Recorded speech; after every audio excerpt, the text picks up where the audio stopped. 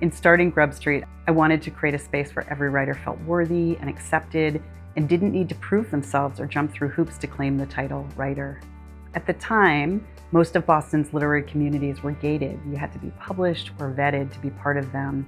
So many assumed that our students weren't any good, but that couldn't have been further from the truth. In just a few short years, our students were getting published and getting into competitive fellowships and MFA programs and winning awards. Our students' incredible publishing success proved the skeptics wrong and demonstrates, I think, very powerfully that an open, supportive, and accessible model works. What I didn't anticipate were the ways in which our workshops would change lives. I see all of these teens who are so different from me and yet so similar to me at the same time, and they all have stories that they really want to share with the world. To see that and to know that, like, I'm not alone, it's given me this trust in my peers that we can do this. If GrubStreet didn't exist, so many people would be left behind, so many stories would be left behind. Everyone needs to be able to not only see themselves on the page, but to see others on the page as well. Places like GrubStreet hold enormous promise to ensure that the writers shaping our culture and telling our stories, which in turn shape public perception, public policy, and our cultural conversation, reflect a true cross-section of the people who live in our world. All in, we've engaged nearly 60,000 adult students and over 8,000 teens with our programs, including over 14,000 students who came to us through fully funded programs. GrubStreet's financial aid, it's given me that kind of access that I couldn't have had otherwise.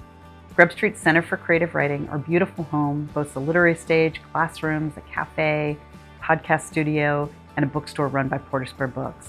It's a dynamic and welcoming home for people who love reading and writing. There are so few places, I feel, that are so wholly devoted to bringing people together and encouraging stories in the way that GrubStreet does. The stakes could not be higher.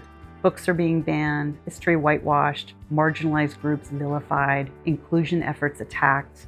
We are desperately in need of human-to-human connection, trust building, and nuanced and deep conversation and engagement. In today's world, stories are such a valuable currency, and the fact that some people aren't able to share their stories is really sad. And I think that a place that is there to support that so wholly is definitely a place that I personally would want to ensure continues to exist and doing the work that it does.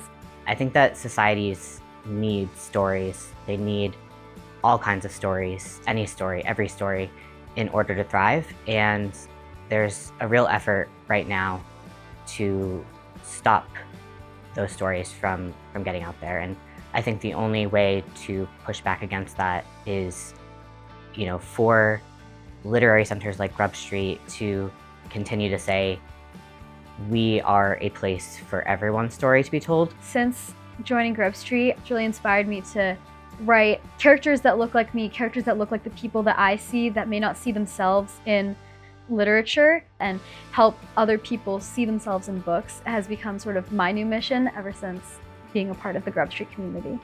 We need more stories that cut through division, bridge differences, and remind us of our common humanity. We need spaces like GrubStreet that make connections across differences possible. Please join me in ensuring that this vital community resource remains healthy and dynamic for the next generation of writers and beyond.